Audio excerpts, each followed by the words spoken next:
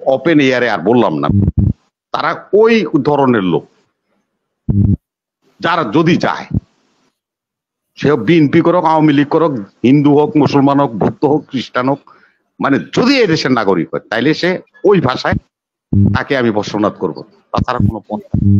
এই বেনজির থেকে আরম্ভ করে যারা নাকি দুর্নীতিবাজ, যাদের বিরুদ্ধে অভিযোগ উত্থাপিত হয়েছে, এরা সবাই বাংলাদেশে আছে, সরকারের নিয়ন্ত্রিত সেফ হোমে তাদেরকে রাখা হয়েছে।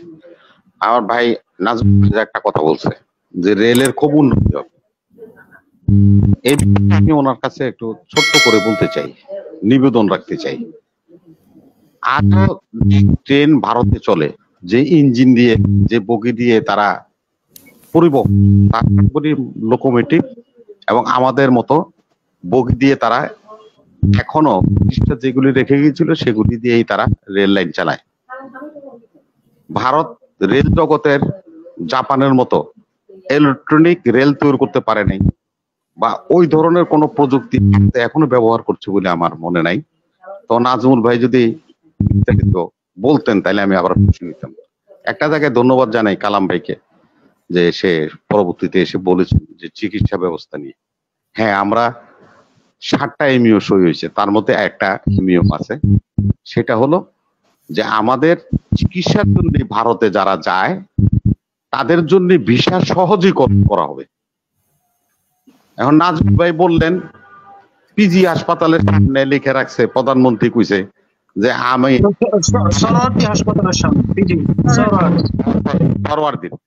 আমি আমার চিকিৎসার জন্য এই দেশ হয়। উনি 5 বার নিজের চিকিৎসা, কানের জন্য এবং অন্যান্য চিকিৎসা করেছেন বিদেশে, যে কথা বলার পরে 5 বার। আমি কালাম ভাইয়ের ধন্যবাদ এই জন্য দিলাম যে এই যে চিকিৎসার জন্য আমাদেরকে ভিসা সহজীকরণ করবে ভারত, প্রলোভন দেখাচ্ছে।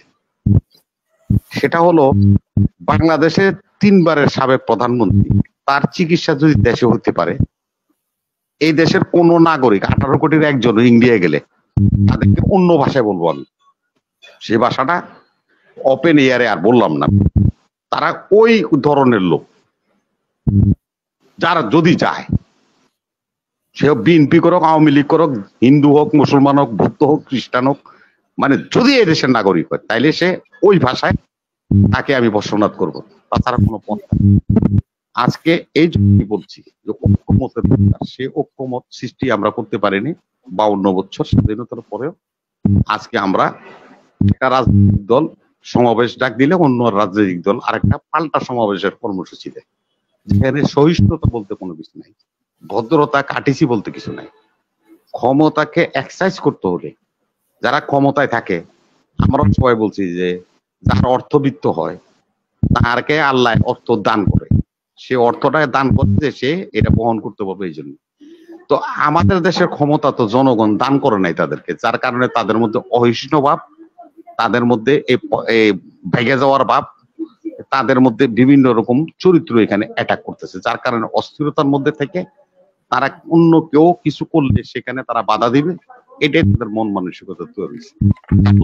আরেকটা কথা হলো যে পালিয়ে যায়, আমাদের বাংলাদেশ থেকে কেউ পালায় যায়, পালাইয়া যায় এই জন্য আয়না ঘরে বিরোধী দলের লোকেরা ধরা পড়লে, গুম হলে ঘরে রাখে।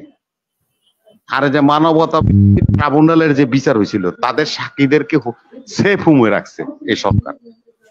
এই বেনজির থেকে আরম্ভ করে যারা নাকি দুর্নীতিবাজ, যাদের বিরুদ্ধে অভিযোগ উত্থাপিত হয়েছে, এরা সবাই বাংলাদেশে আছে, সরকারের নিয়ন্ত্রিত সেফ হোমে তাদেরকে রাখা হয়েছে, আইন যেন তাদের কাছে পৌঁছতে না পারে। এই জন্যই দর্শক, দুর্নীতির বিচার হবে কি, এই জন্য দর্শককে ধন্যবাদ দিই রনি খান, যে আপনার ধারণাটা মনে হয় সম্পূর্ণ সত্য। কারণ এ সরকার থাকলে এদের দুর্নীতির বিচার হবে না, কারণ এই দুর্নীতির সাথে সরকার নিজে জড়িত। ধন্যবাদ।